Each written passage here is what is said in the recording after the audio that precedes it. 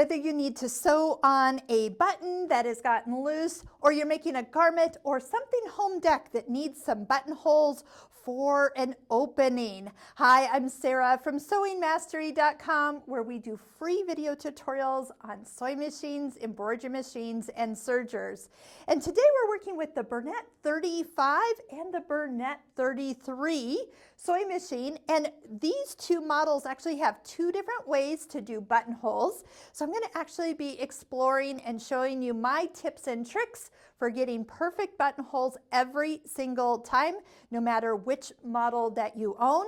And if you're looking to maybe purchase one of these particular models, you can check out all of the videos and see if one of these sewing machines would be right for you. We've got links below in the description. Remember, if you're watching on a phone, you can click more to open up and see all the links that we have provided, and you can watch all the videos for free from the beginning on the YouTube playlist link that we have for you as well. But as we get up into some of these more advanced videos, doing the stitches are actually very, very easy. So for example, when we go to do a buttonhole, the built-in buttonhole on the bernette 35 is on the stitch selection dial all the way where it is just a plain buttonhole. I'll explain why there's two buttonhole pictures. One of them says reset, and I'll explain that. And on the bernette 35, you're going to find in your accessory bag or in the accessory box your buttonhole foot. This foot is actually designed super cool to be automatic or nearly automatic, because all you have to do is take your button, put it in the back, and as we stitch, it will measure this button and do the buttonhole that exact length. So once you put your size you need, the machine's going to do the rest. I have a few more things that we need to set up for this, but all in all, what you do is your foot's going to come closed up.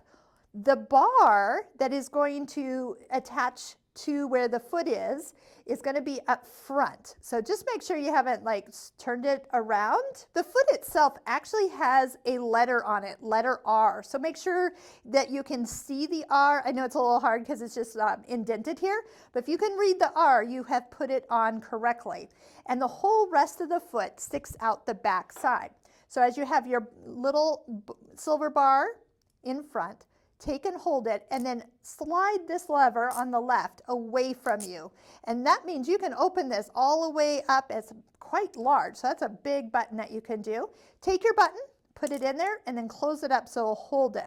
Now, I always tell my students after we do this stitch in class is to store this buttonhole foot with a spare button in the back, and then that way you'll be reminded, 6 months from now, 2 years from now, when you do a buttonhole again, oh yeah, that's where the button goes, and that will help jog your memory of how this foot is designed to work. Now, since we're right here, I am going to just focus on the slightly different buttonhole foot that comes with the bernette 33.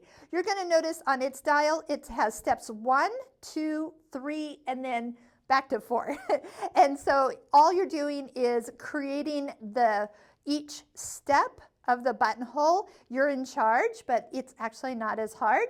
You'll mark your fabric for the start and the end, and then as you start, this foot starts at the top, travels down, and then around and back. And so it's a 4-step buttonhole, but we'll do that once I'm done with this. And at the very end, the amazing, I know it's the foot with the little 2 blue toes, comes with both of these machines, is to sew on the buttons. And we're also going to show you how we lower the feed dogs down for sewing buttons, so nothing is moving that button while it's being stitched in place. So it's really easy to do. We pick a zigzag, set the width, and then go back and forth in the holes. And whether you have 2 holes or 4 holes, I'll show you exactly how that's done. And just for fun, I've gone ahead and put some variegated thread in the needle, and we're going to sew on some denim, so it's going to be a nice pop of color. I sometimes use buttonholes for decorative things. If you do a row of them, you can weave ribbon in between them. That's always kind of fun. So buttonholes can be used for more than just like garments. I've often seen 2 buttonholes been used for a drawstring where pants, especially for boys that have no waist or no hips actually, 2 little buttonholes create a perfect protected opening for that string or cord that you use to go through their waistbands. Let's start by taking the foot off. Touch the lever in the back that drops the foot off, and then attach the R buttonhole foot. Remember, your button is going to be out the back. Now, as you can kind of see, it kind of doesn't want to go on or underneath that ankle very easily.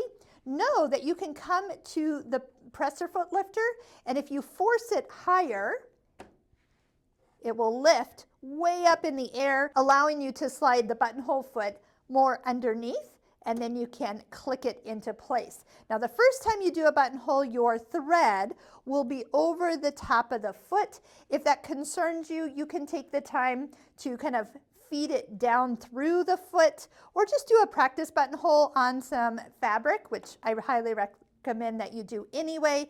And then that way, then once you've done one, you've tested the opening, you can find that this thread will be down and underneath. The other thing that you need to do is make sure you have some types of stabilizer.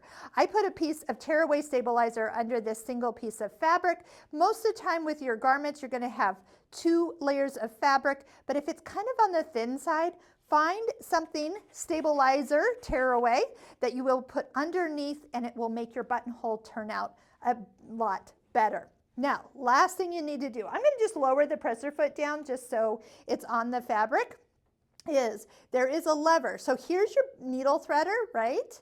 Is behind your needle threader, there is another little lever, a paddle that will come down and sit in the back of the buttonhole foot.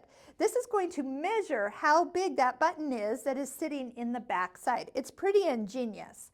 But as we start to stitch, yes, this machine being mechanical is going to do the whole entire buttonhole, but it doesn't know where we started. So you are in charge of stopping it once we get all the way around to where we started. Then I'm going to show you what that reset button is for. We'll use that once we've stitched all the way around.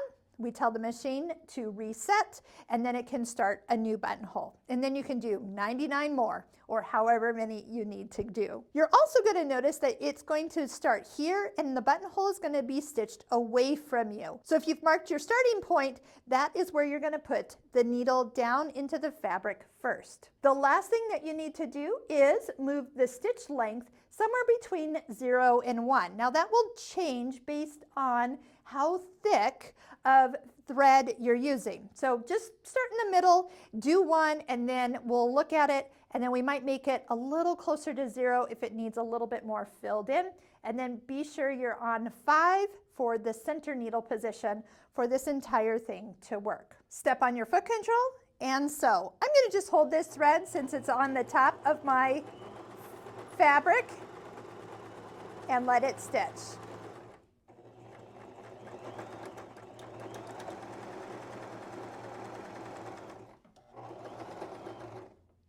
You can see as I'm traveling forward, eventually I get to where my first stitches were, and bring the needle up, lift up the presser foot, and slide it out to the side.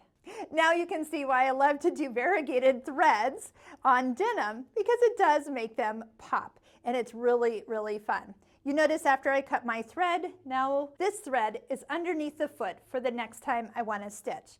Now if you want this a little bit closer together in stitch length, let's move the stitch length dial a little bit closer to 0.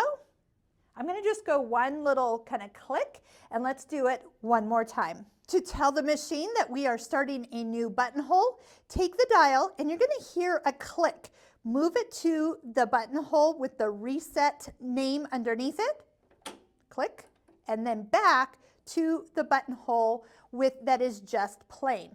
That is going to let the machine know we need to start back at the beginning, and then it can do the whole buttonhole from the beginning all the way to the end. Lower the presser foot down and stitch.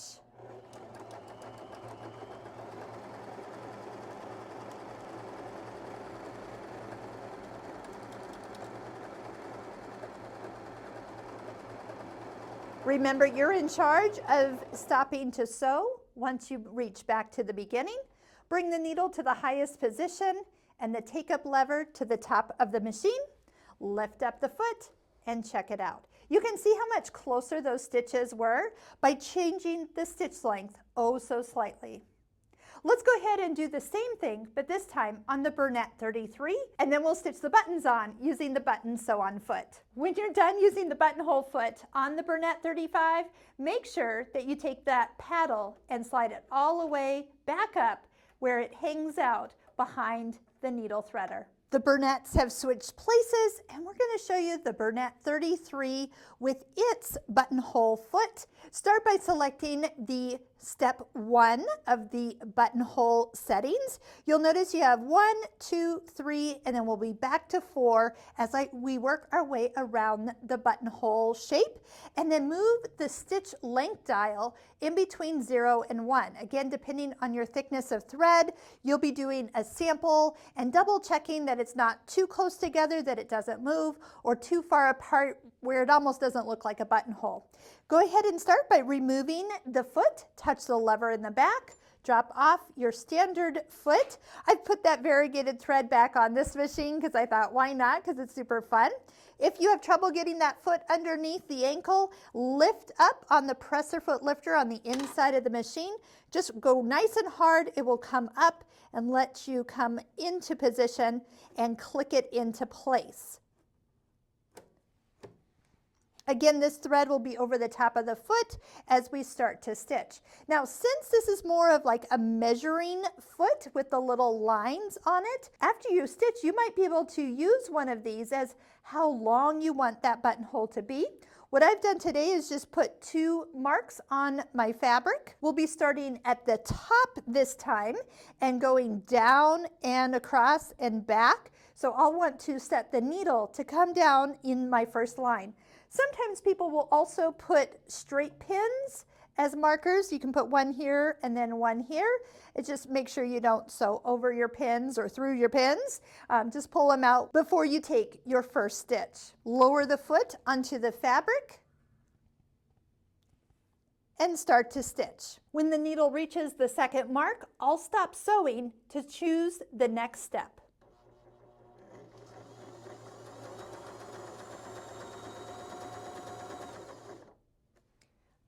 Make sure the needle is up out of the fabric before changing to the next buttonhole step. Turn the dial to where it says 2. Here is where you're going to take 3, 4 stitches, not too much. You don't want a really heavy piled up base here, but just enough that it's secure. Bring the needle up and then turn the dial to 3. This is going to stitch back to where we started. So once again, you're in charge of stopping it when we get there.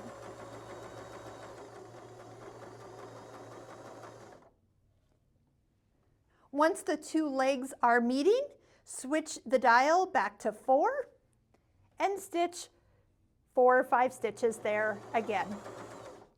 Bring the needle up and let's check out your first buttonhole on the bernette 33. Pretty much identical to the one we had before.